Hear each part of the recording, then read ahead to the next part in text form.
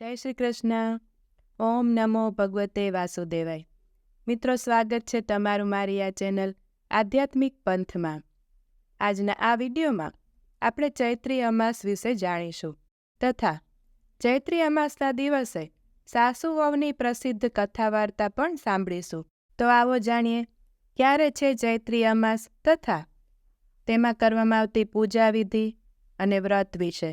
આ વખતે અમાવસ્યા તારીખ 27 એપ્રિલ એટલે કે રવિવારે છે. ચૈત્રી અમાસના દિવસે કરવામાં આવતી વ્રત અને પૂજાની પરંપરા ખૂબ પવિત્ર માનવામાં આવે છે. ખાસ કરીને પિતૃ શાંતિ, ઘરની સુખાકારી અને આધ્યાત્મિક લાભ માટે આ દિવસે અનેક સ્ત્રીઓ વ્રત રાખે છે અને વિશેષ પૂજાઓ કરે છે. ધાર્મિક માન્યતાઓ અનુસાર આ દિવસે વ્રત રાખવાથી અને ચંદ્રદેવની પૂજા કરવાથી સૌભાગ્ય અને સમૃદ્ધિ મળે છે. આ દિવસે પવિત્ર નદીઓ, તળાવોમાં સ્નાન કરવાનું ખૂબ મહત્વ છે. હિન્દુ માન્યતાઓ અનુસાર સુખ, સમૃદ્ધિ અને પરિવારના કલ્યાણ માટે આ દિવસની પૂજા કરવામાં આવે છે.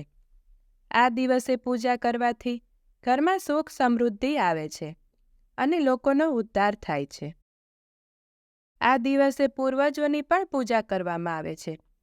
વળી એવી પણ માન્યતા છે કે આ દિવસે વ્રત રાખવાથી અને ચંદ્રની પૂજા કરવાથી ચંદ્ર દેવતા પ્રસન્ન થાય છે અને સૌભાગ્ય અને સમૃદ્ધિ મળે છે.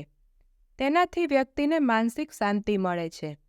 કહેવામાં આવે છે કે આ તિથિ પર પિતૃ ધરતી પર આવે છે અને પોતાના પરિવારના સભ્યોને આશીર્વાદ આપે છે. એટલા માટે આ તિથિ પર પૂર્વજો માટે પ્રાર્થના કરવામાં આવે છે.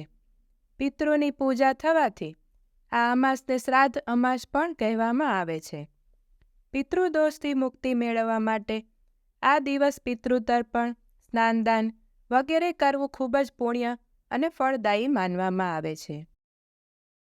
આગળ હવે વિડીયોમાં જાણીશું અમાસના દિવસે કરવામાં આવતી વ્રત અને પૂજા વિધિ વિશે. અમાસના દિવસે વહેલી સવારે ઉઠીને સ્નાન કરીને ઘરની સંપૂર્ણ સફાઈ કરવી, ખાસ કરીને પૂજા સ્થળની સફાઈ કરવી. ત્યારબાદ મંદિરમાં દીવો પ્રગટાવવો. ચૈત્રી અમાસ પિતૃઓ માટે અગત્યનો દિવસ માનવામાં આવે છે. તેથી તર્પણ કરવું, કૂતરા, ગાય અને કાગડા માટે રોટલી, ખીર વગેરેનું દાન કરવું અને પિતૃઓની આત્માની શાંતિ માટે પ્રાર્થના કરવી.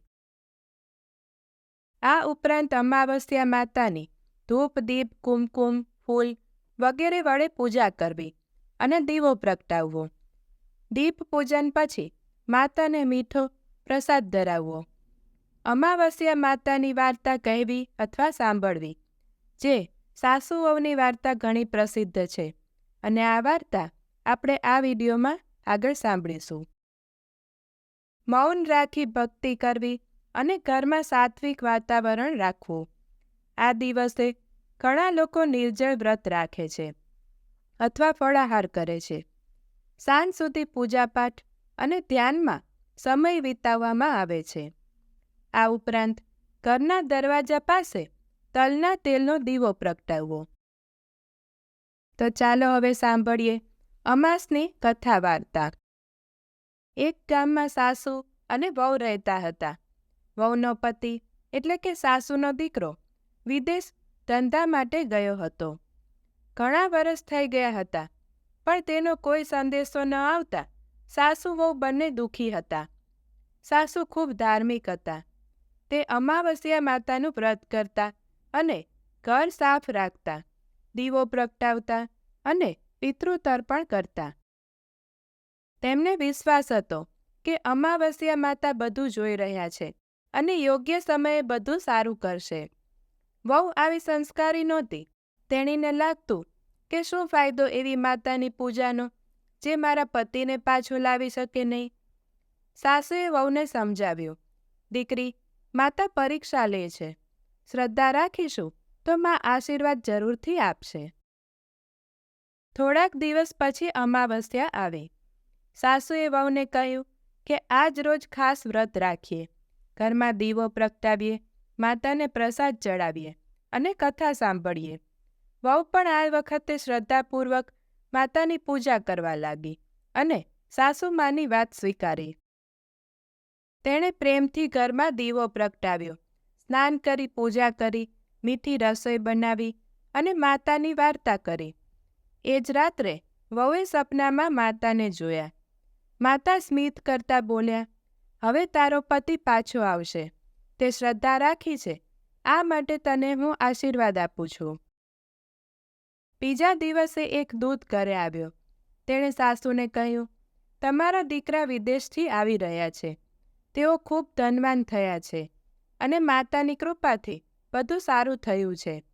ઘર ખૂબ આનંદથી ભરાયું.